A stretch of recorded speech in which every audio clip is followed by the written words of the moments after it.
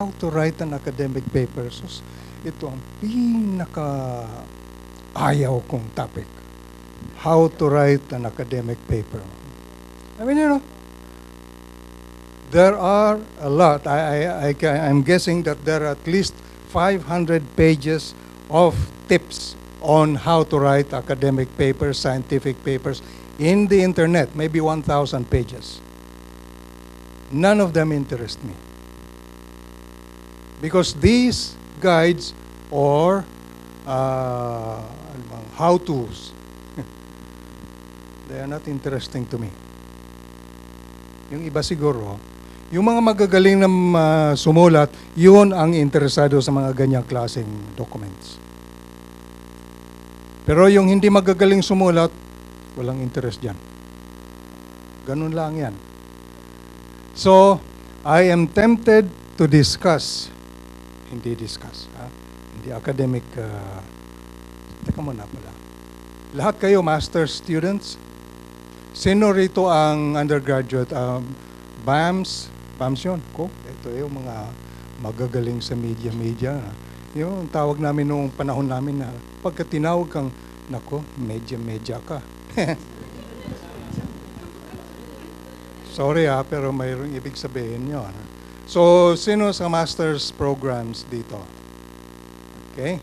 Who are in the doctoral programs? Wala, ayaw nyo nun. I do not blame you. In the realm of things, pagka pinag-usapan natin ng degree programs, if you are in the bachelor's degree programs, you know some of a lot of things. If you go to the master's degree program, you know more of less. If you go into the PhD program, you know so much of so little. Di ba ganun ang graphing? Di ba? Patulis yun. So that's why those who have gone through their PhDs, ang daming alam yan sa maliit na bagay lang. Mayroon tayong mga specialista. So anong klaseng lamok ang kumagat sa'yo kagabi? Oh. But those who are in the master's area are supposed to be the ones who are supposed to be bringing together a lot of knowledge and try to translate this into understandable language which other people can use. This is the role of communicators. Kung nasa communication kayo, magsaya kayo. Pero kung hindi kayo marunong mag-communicate, magtago na kayo. Kasi kayo, you will be the ones blamed by others who cannot make things useful for themselves. If people are unable to make things useful for themselves from the scientific point of view, they're going to blame you. Why? Bakit hindi mo ipiniliwanag sa amin ito? So wala rin kayong kawala. Tulad nung sabi ni Jervis. Wala kayong kawala. You will be blamed all the time. Alright. So, nung sinabi na I should be talking about how to write academic papers, sabi ko, no, I'm not going to do that. Because that is the first step in being misunderstood. Right? So what I decided to do is, I am going to ask only 5 questions. Pagkatapos yung iba, mag-istorya na lang ako sa inyo. Karamihan sa aking mga istorya out of topic. Ganun lang talaga eh. Pagka nandun kayo sa kukuha ka. Ngayon, ang isang mahirap lang dito, yung mga out of topic na yan eh. Pag kukuha kayo ng exam, pagka out of topic ang answer na alam ninyo, sabihin na lang ninyo out of topic yung question. You know, if you want to hit your bullseye, shoot your arrow first, and whatever you hit, call it your bullseye. Di ba ganun yun? Sigurado yun. Okay. All right. So, basic question. Number 1 question would be, do you have a story to tell? Usually, academic papers, scientific papers, are based on research, based on things that you really study. But the basic question is, do you have a story to tell? If you have a story to tell, then try to tell others about it. If you don't have any story to tell, stop boring. Okay? Maraming mga writers, na lalong-lalo na academic writers. Ito ang mga very mga academic writers na ito. Ang tingin nila sa sarili nila, ang gagaling. No? Kalimitan, sila mismo hindi nila naiintindihan yung sinusulat nila. Pag gano'n na nangyari, may problema tayo malaki. So, if you have a story to tell, the next question is, what is that story? Yung what is that story will try to focus in on the problem that you tried to work on. See? In all of your activities during your courses, your professors will tell you, okay, write about this, write about that, write about that. In the Open University, the number one skill is writing, not talking. Although it helps if you can talk some sense. Mga yun eh. Pero ganun lang, I was in the field of radio before. Ang sa radio, na pinag-aralan namin noon, that's why I talk a lot. No? Kasi broadcasters talk a lot. Unfortunately, some of them talk sense some of the time. Most of the time, they don't.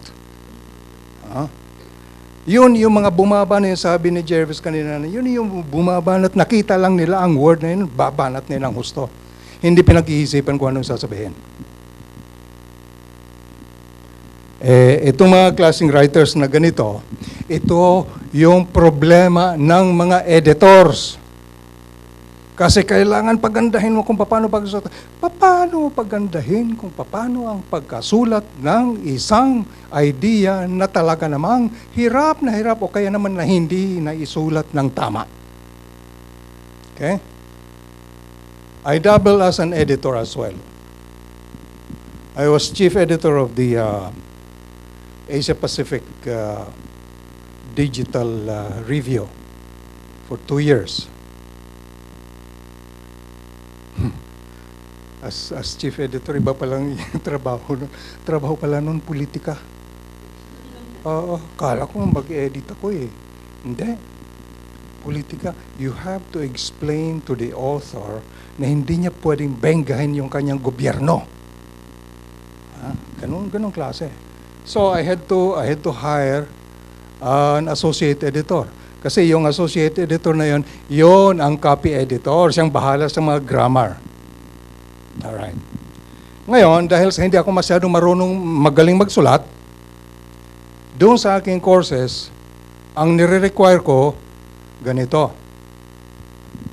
Every page of my course guide, nandun, bold capital letters in red. Watch your grammar. Lagi, watch your grammar. If your grammar is incorrect, get out of my course. Ganun lang naman eh. Di naman ako nananakot, tinutuhanan ko talaga. Alright, anyway, sabi ko sa inyo eh, when I'm in sessions like this, 99% of the time I'm out of topic. Di ba? Pagkatapos, 2%, and then, yung out of topic 99%. Pero, ang 2% niyan, ko yun, conclusion ko yun. So 98% really is introduction and being out of topic. So that's what you're going to learn. All right. The next question is, why is it important to tell others your story? Kung hindi mahalaga yung iyong isusulat, huwag mo nang isulat. Alright? That is right. Kung mahalaga naman na malaman ng ibang tao yung isusulat mo, isulat mo nang mahusay. Something good is worth doing good. Doing well. Okay? So, ganun yung ano. So, what makes this research problem interesting to others? Ang dami-dami natin ginagawang research, ang lagi natin sinasabi, interesting ito. Sa iyo lang interesting yan eh. Pero if it is interesting to everybody else, then make sure that everybody is interested to read what you write about it. And that is very easy to do. When I was a student taking journalism course, ang sabi ng professor namin noon, ang professor ko sa journalism, ang sabi niya, writing is so very easy. Take a clear sheet of paper and a pencil. Nung panahon namin, Mongol 2 pa. And a pencil. Hold your pencil. Tinuro sa amin na pagsusulat the eraser must point to your shoulder. Pagsusulat yan. Hindi yung ganun ang pagsusulat. Ganyan. Yes, that's how you write well.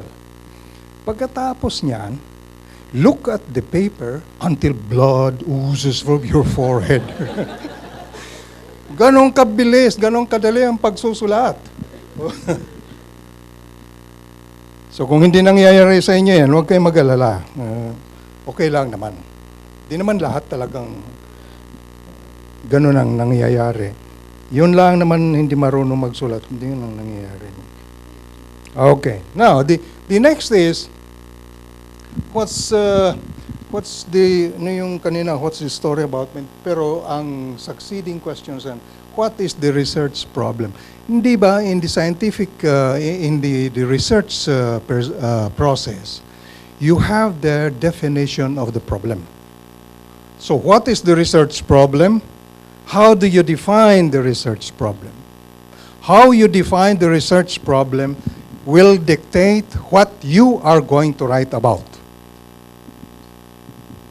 Hindi hindi po pwedeng maganda itong pag-aralan ito.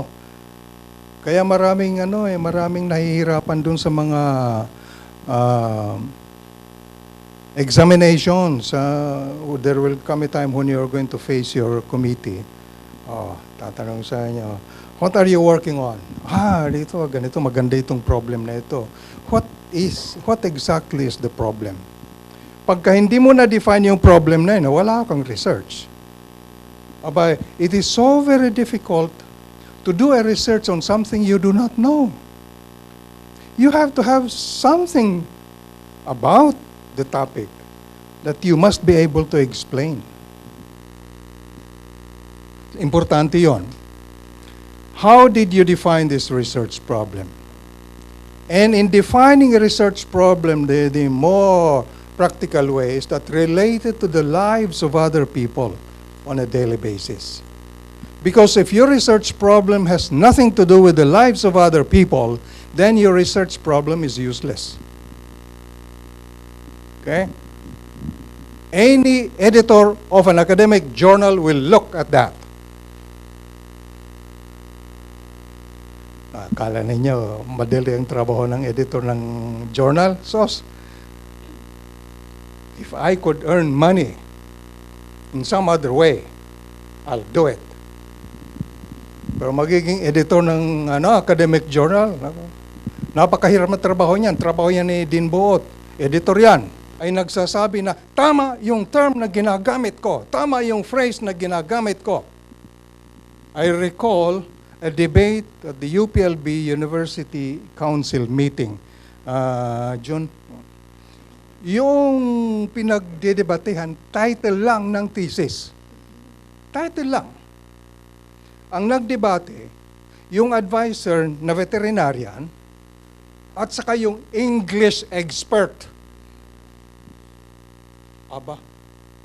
Ang magaling na University Council naman, pinanigan pa yung veterinarian kasi yun daw ang jargon nila.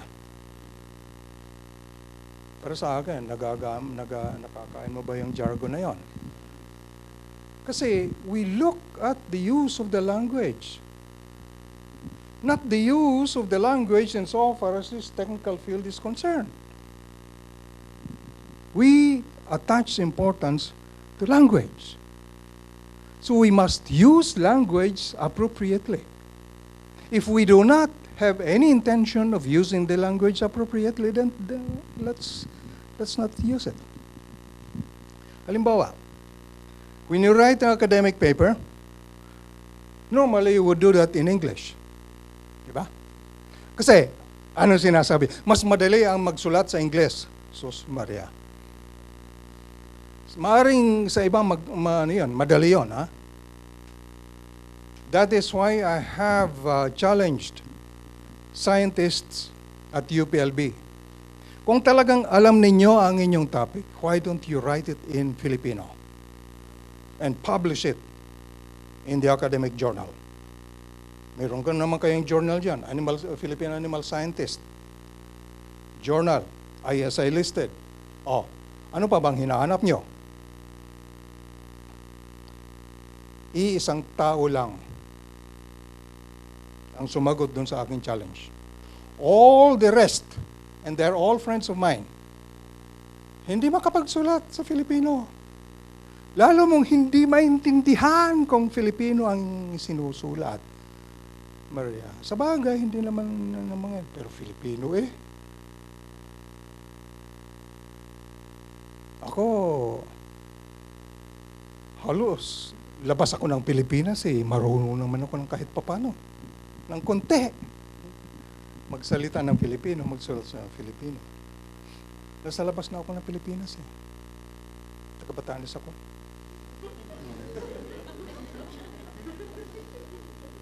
That's why, usapan namin ng brother ko, we are going to go home to Batanes next month. And we're going to declare independence. Once we declare independence of Batanes, we are going to annex Taiwan. Pagka na-annex na namin Taiwan, bibilhin namin ng Pilipinas. Pero maraming nagagalit sa aming mga taga-Batanes ngayon. O bakit nung una kayo ang binabagyo? Kaya ba't hindi na kayo binabagyo ngayon? Sorry fellows, that's your karma. Kasi ngayon ang bagyo bumababa na sa sa Visayas, Mindanao na di ba? Medyo sumasama din ang loob ng mga Ivatan, mga taga-Batanes. Ba't wala na tayong bagyo ngayon? So, ganun talaga. Pero hindi totoo yung sinasabi ng mga geography writers, authors, na mga geography books nung una. Ang sinasabi nila, pati daw ang baka ay nililipad ng bagyo sa Batanes. Hindi totoo yon. Sapagkat pagka yung baka na yan, kalabaw na yan, ay nakahiga na, kahit na ano pang demonyong atomikong pasasabogin mo rin, hindi yan may lilipad. Oo. So, yung mga nakasulat sa mga geography books na lalo sa elementarya, huwag kayong basta-basta paniwala doon. Hindi totoo lahat yon. Yung totoo, di nila alam. Alright. Back to course. Why should you highlight what should you highlight in your story? Ibig sabihin kasi kung gagawa kayo ng research, marami kayong, this is what I always call the graduate student syndrome. The graduate student syndrome. Lahat ay ginagawa ito. Lahat ng mga graduate student, pagka pumupunta kayo sa library, magla-library research kayo, ito yung tinatawag na literature search. Lahat ng nababasa ninyo at nakikita ninyo, susulat nyo yan. Di ba? Sa ngayon, lalagyan na ninyo sa inyong mga iPads yan, o kahit na smartphones, lalagyan ninyo. Noong panahon namin, ang ginagamit namin, index cards. Na hanggang sa nagiging dilaw yon, ginagamit pa namin. So index cards, yung 3 by 5, nandoon ang author, ang bibliographic citation ng libro. Doon sa mas malaki, 5 by 8, nandoon yung mga paraphrasing, mga quotations, etc., etc. Ayan.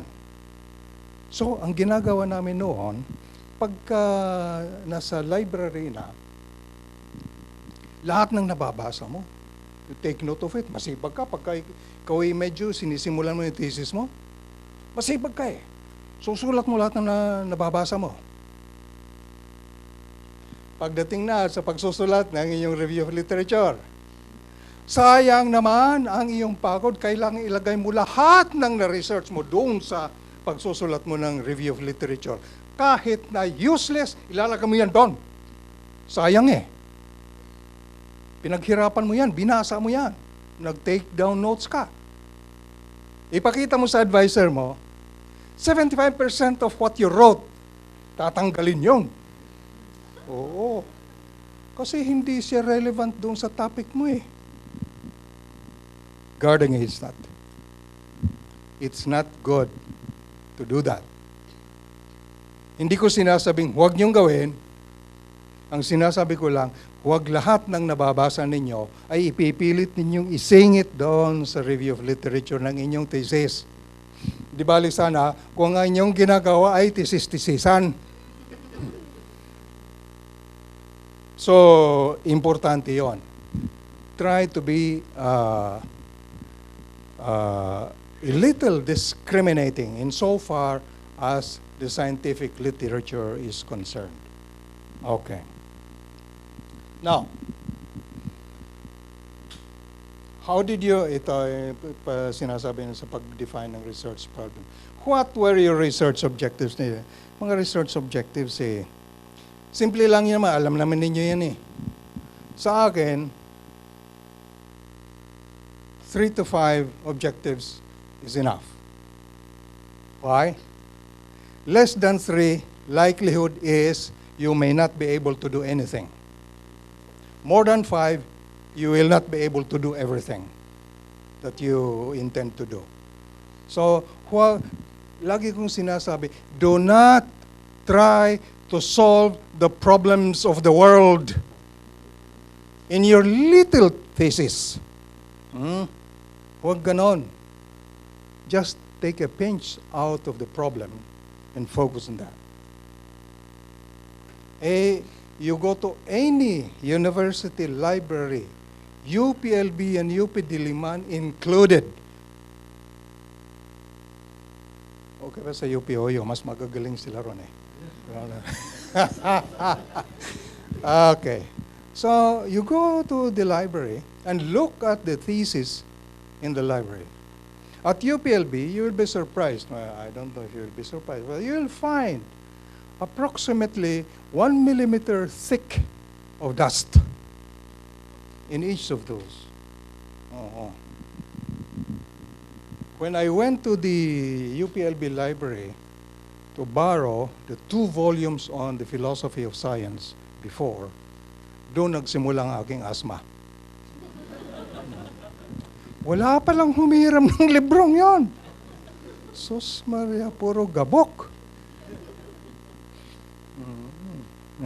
So, mga thesis ganun din. Ang mga thesis naman hindi binabasa talaga eh. Bakit? If you are doing something worth doing, then do it so that people will become interested in it and people will be able to read them. Because you are working on something that is supposed to be part of science. Science can only be science if it is part of public knowledge.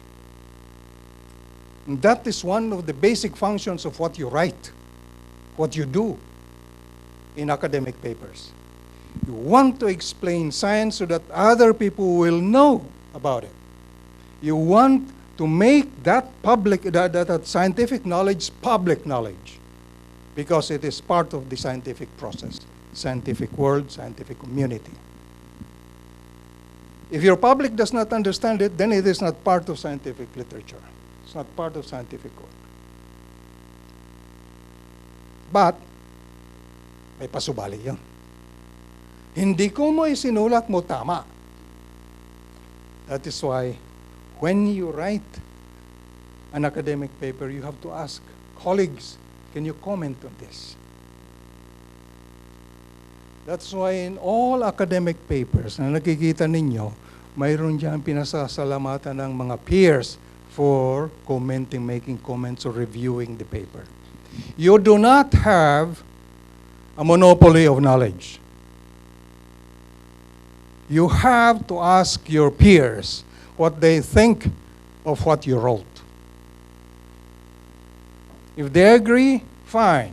If they don't agree, then let them explain why. Kasi hindi pwede yung isasama mo na sa scientific literature, idea mo lang yon. No, it has to be commented on by other members of the scientific community. Can we go to the next one? Kailangan bilisan ko ito kasi I was not given 28 hours here. Make sure that the story you're telling is your own story. We are talking of plagiarism here, which is a very, very common problem in the university. Plagiarism, or owning what you do not own. Owning somebody else's story. Malimit mangyari yun. Akala nila, mayroong mga estudyante nag-aakala na hindi mahalata. So, yung estudyante, kinopya ang certain paragraphs of the dissertation. So nung makita ng advisor niya yung draft ng kanyang dissertation, this looks familiar. This looks familiar. Oh nga, ni-review nga, word for word. So ang ginawa nung kaibigan ko, nagreklamo siya sa academic tribunal nung department. Ultimately, the student was kicked out from the program.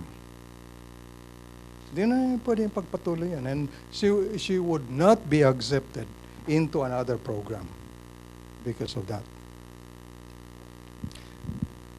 Plagiarism in this country is not a criminal offense, but it is an ethical offense.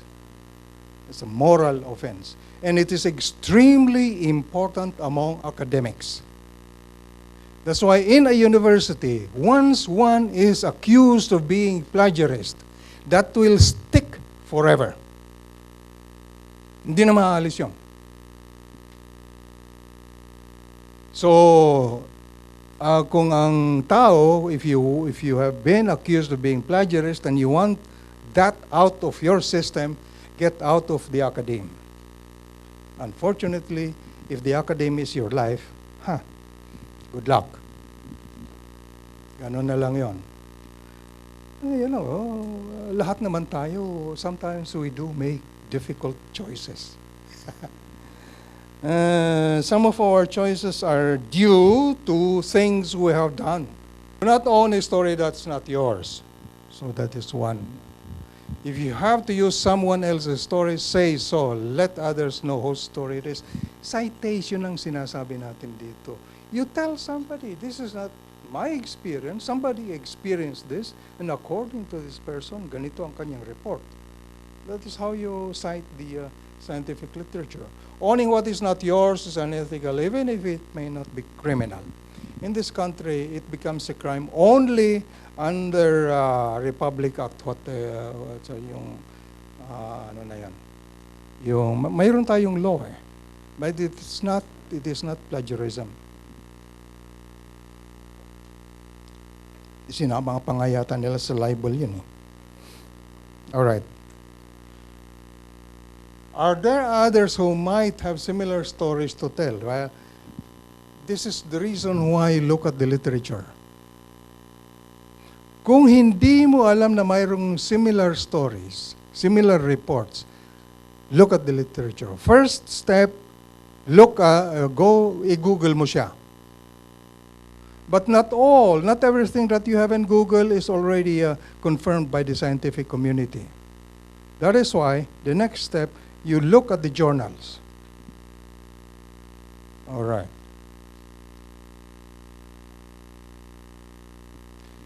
Ngayon, ito pa yung isa sa when you are writing, when you are looking at the literature, do not just copy what the author wrote. Try to interpret. Ang sinasabi, my professor in graduate school on research, ang sabi niya sa amin, look at how researchers, writers, treat the literature. Pagkatapos sinabi sa amin, medyo nanlate ako ng konti doon kasi matindi ang pagkakasabi niya. Sabi niya, nobody will be interested in your findings. Aba, kung importante sa palagay mo yung research problem na yun, bakit walang yung magiging interesado sa findings ko? But he said after that, but everybody will be interested in how you have treated the scientific literature. Because your review of the scientific literature is supposed to be a representation of the current interpretation of the literature about the subject matter. So importante yon. Because when you tell your readers, okay, this is how the literatures look at this topic, you are telling your readers na ito yung sinasabi ng scientific community. This is not my idea alone. This is how the scientific community has labeled this particular topic. And that is why you are going to cite it. That gives you credence. That gives you very, very powerful support. Kasi kung ikaw lang magsasabi na ganito yan, walang maniniwala sa yung scientist eh. Kahit na yung pinakamagagaling yung scientist eh, hindi naman basta-basta ganun ang pagkakasabi. Even Einstein made a lot of mistakes. Oh, he also flunked physics.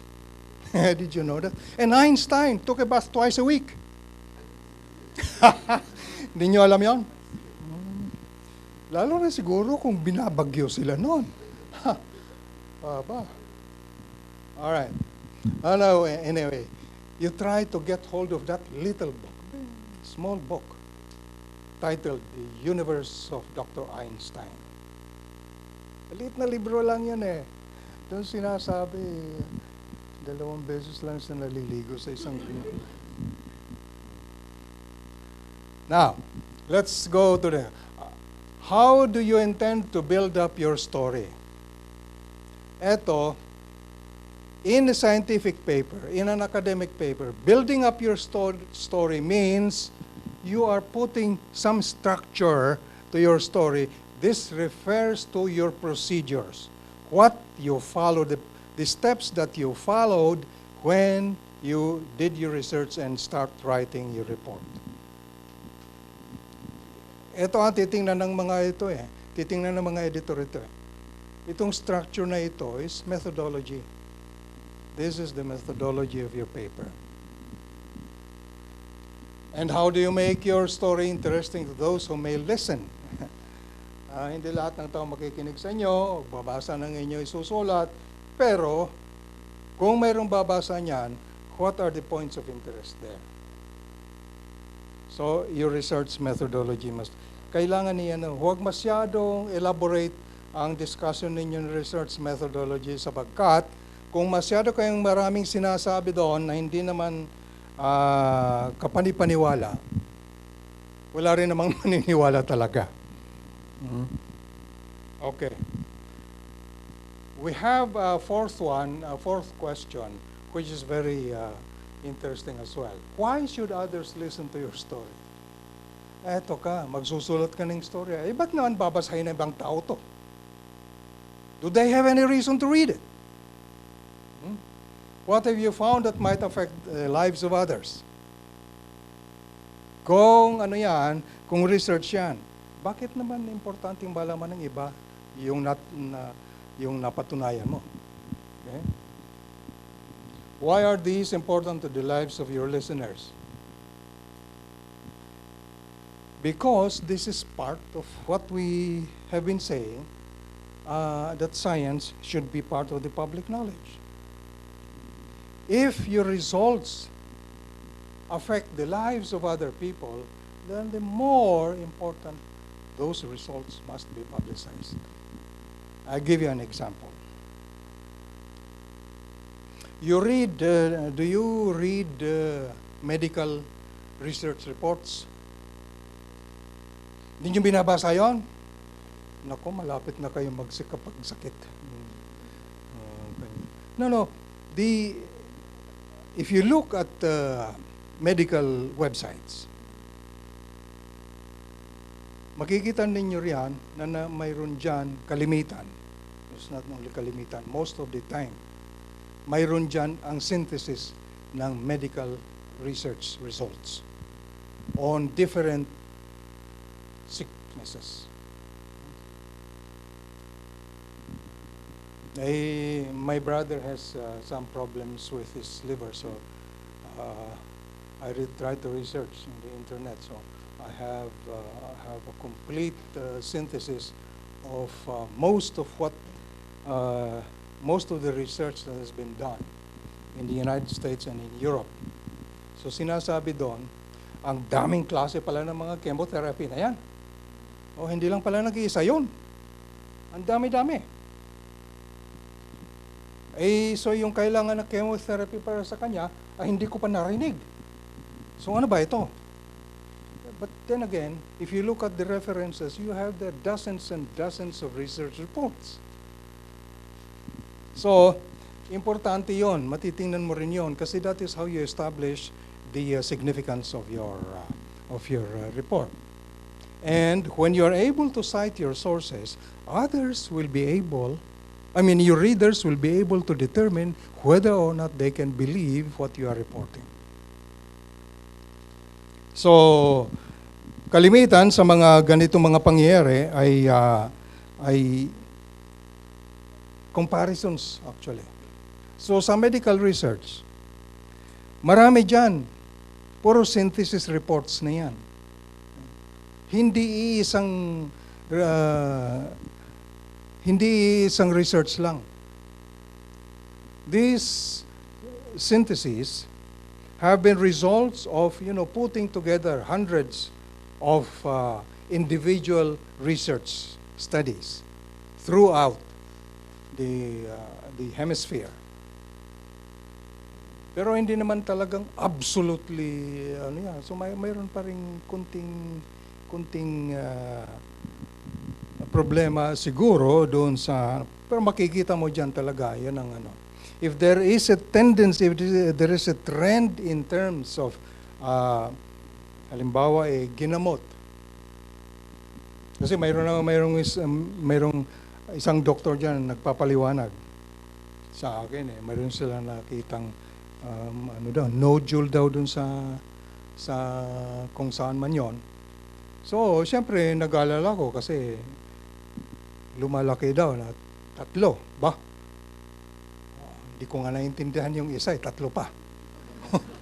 So 3 lang. Sabi ng doktor, sa amin, sabi niya, kasi siya yung expert sa amin, hindi pa ginagamot ang ganyang kalaki. Ang ginagamot namin, yung mga mga 1 centimeter na, 2 centimeters, ganyan ang ginagamot. Itong mga maliliit na ito, hindi pa ginagamot ito, ako pang pinagalitan. So, natuwa naman ako at hindi pa pala kailangan gamutin. So at least nakaligtas ako ron. Pero itong mayroon din ng mga doktor na magsasabi sa'yo, nako, ang dami nito, antemano, liver transplant na ang sasabihin sa'yo. Aba, ano ba ito? Sandali lang. Mayroon mga doktor na talaga mabibilis sa ganong klaseng. This 1-year-old child, magli-liver transplant. Isipin mo yan. At 4 months old, nagkaroon ng hemorrhagic tawag doon? Nagkaroon ng brain operation. 4 months old. Pagkatapos ngayon, liver transplant. Aba, Kaya when my mother died, sabi ko dun sa doktor, sa ICU, ang tanong sa akin, Sir, paano kung halimbawa kung bibigay? Kung bumigay siya, wag na niya pakialaman. Let nature take care of its course. Sa oras na pinakialaman nyo yan, at hindi ninyo maipapangako sa akin na babalik sa quality of life niya, ihahabla ko kayo. Even with that warning, hinintay pa rin ako, anong gagawin natin dito? Walang kayo mga doktor kayo, wala ba kayong desisyon na magagawa? Sinabi na huwag na ninyong pakialaman Kasi kung pakikialaman pa nila yan, you can bring her back to breathing, but through an apparatus. I don't like that kind of thing. Abay, ayaw kong alagaan ng nanay ko na ganon. If she has to go, she has to go. Ganun lang naman yun. Wala kang pwedeng dyan. Walang pasubali yun. Kaya sabi ko, huwag na ninyong pakialaman. Mabuti na nakinig yung doktor kasi nung makikialam pa yun, hahabla ko talaga. Malpractice. Baka mawalan pa ng lisensya yun. Kasalanan ko pa, wala siyang trabaho. Okay. Alright. Ito, what have you found that might affect the lives of others? So, importante lahat ng mga ito. These are your conclusions. And then after this, what are these important, why are these important to the lives of your listeners? Ito, lahat ito, mga conclusions. Doon sa ating isusulat. Mayroon kami sinasabi sa communication noon, pero speech naman. When you are out there to do public speaking, there are only 3 things that you have to do. And I would like to apply this to writing academic papers. Go out there, tell your audience what you are going to tell them. Then go out there, tell them what you said you are going to tell them. Then, after that, tell them what you said you were going to tell them, and then stop.